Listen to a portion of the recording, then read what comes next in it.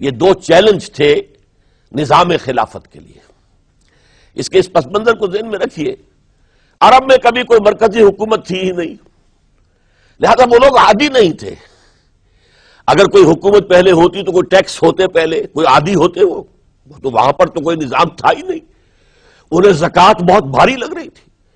ہم سے یہ لیا جا رہا ہے، ہماری آمدنی کا ایک حصہ، یہ بہت انہیں کھل رہا تھا، شاخ گزر رہا تھا. اسی طریقے سے عرب کی صورت یہ تھی کہ پورا ملک تقسیم تھا، قبائلی، اور ہر قبیلے کا سردار گویا کہ اپنے علاقے کا وہ بے تاج بادشاہ تھا. جیسے آپ کو معلوم ہے افغانستان میں طالبان کے آنے سے پہلے وار لارڈز مختلف علاقوں کے اندر انہوں نے پھاٹک لگا لیے، اپنے علاقے بنا لیے، ہر ایک اپنی جگہ پر. میں خود یہاں کا مالک ہوں، مختار ہوں. اور اب طالبان کے خاتمے کے بعد دوبارہ وہی صورت پیدا ہو گئی. امن و امان ختم ہو چکا ہے، وار لارڈز ہیں، ان کے اپنے علاقے ہیں.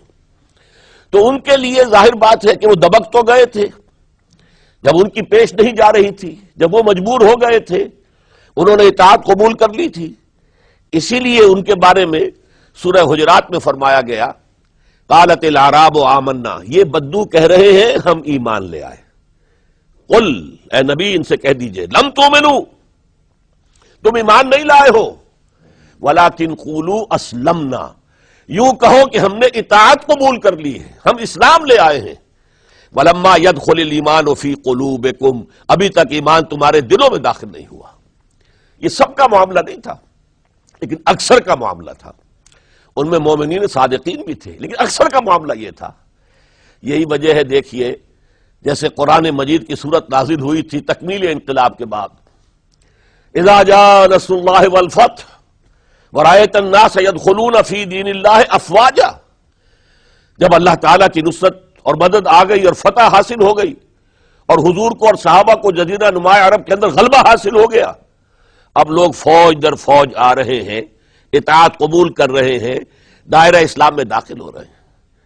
لیکن نوٹ کیجئے حضور کے انتقال کے بعد جو یہ دو کاؤنٹر ریولوشنری موومنٹس اٹھی، ایک جھوٹے مدعیان نبوت اور ایک منکرین زکوٰۃ، ان کے نتیجے میں تقریباً تو پورا عرب مرتد ہو گیا.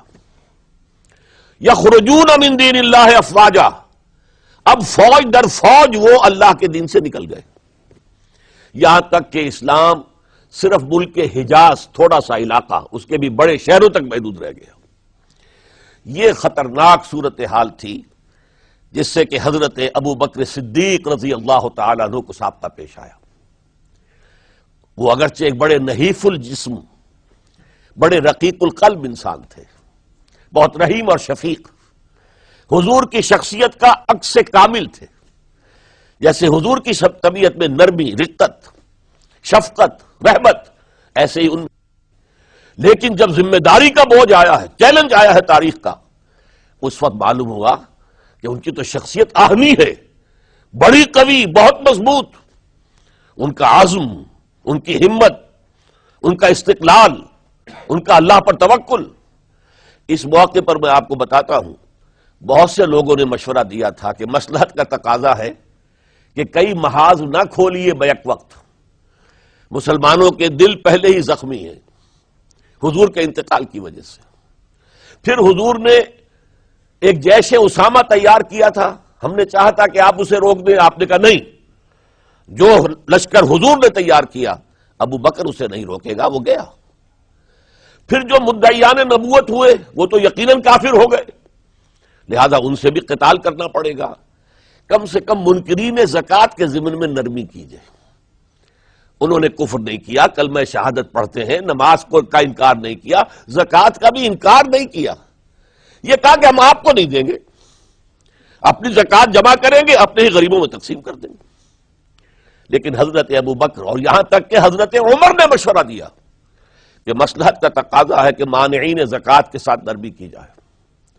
حضرت ابو بکر نے فرمایا عمر تم ایام جاہلیت میں تو بڑے سخت تھے، بڑے مضبوط تھے، بہت طاقتور تھے، خدا کی قسم اگر یہ زکوٰۃ میں حضور کے زمانے میں اونٹ کے ساتھ اونٹ کو باندھنے والی رسی بھی دیتے تھے اور اب اگر یہ کہیں گے کہ اونٹ لے جاؤ رسی نہیں دیں گے تب بھی میں قتال کروں گا، اس لیے کہ ایبدل الدین وانا حی، کیا دین میں ترمیم کر دی جائے گی جبکہ میں زندہ ہوں؟ ابو بکر کے جیتے جی یہ نہیں ہو سکتا۔ لہذا ہم دیکھتے ہیں تاریخ کے اندر، چونکہ صدیقیت بہت اعلیٰ مقام ہے، نبوت کے بعد کا درجہ صدیقین، پھر شہداء، پھر صالحین، اور یہ ہے صدیق اکبر، افضل البشر بعد الانبیاء بالتحقیق ابو بکر صدیق۔ سال 1.5 سال کے اندر دونوں فتنوں کی سرکوبی کر دی گئی، کنسولیڈیٹ ہو گیا انقلاب دوبارہ، اس میں ہزاروں صحابہ کرام کی جانیں گئی ہیں۔ ایک جنگ یمامہ مشہور ہے، مسیلمہ کذاب کے خلاف 500 حفاظ اس جنگ میں شہید ہو گئے۔ تشویش ہو گئی کہ اگر حفاظ جو ہے اس طرح شہید ہو گئے تو کہیں قرآن گم نہ ہو جائے، ضائع نہ ہو جائے، کتابی شکل میں تو تھا ہی نہیں، وہ تو سینوں میں محفوظ تھا۔ اس لیے تجویز پیش کی گئی کہ اب اسے کتابی شکل میں، جیسے کتاب 2 جلد کے گتوں کے مابین ہوتی ہے، مابین دفتین مرتب کر دیا جائے۔ تب یہ کام کیا گیا۔ بہرحال پہلا مرحلہ یہ تھا کہ کاؤنٹر ریولوشنری موومنٹس، چونکہ ابھی انقلاب صرف عرب میں آیا تھا اور عرب ہی کے اندر سے کاؤنٹر ریولوشنری موومنٹس ابری، جھوٹی نبوت اور مانعین زکوٰۃ کی شکل میں، اور حضرت ابوبکر رضی اللہ تعالی عنہ نے اپنی عظیمت کا ثبوت دیتے ہوئے ان دونوں موومنٹس کو کچل کر رکھ دیا اور انقلاب اسلامی کو اثر نو کنسولیڈیٹ کر کے پھر قیادت حکم خداوندی کی روح سے کہ ان کے انتقال کا وقت آ گیا تو حضرت عمر فاروق کو نامزد کر کے ان کے سپرد کر دی رضی اللہ تعالی عنہ۔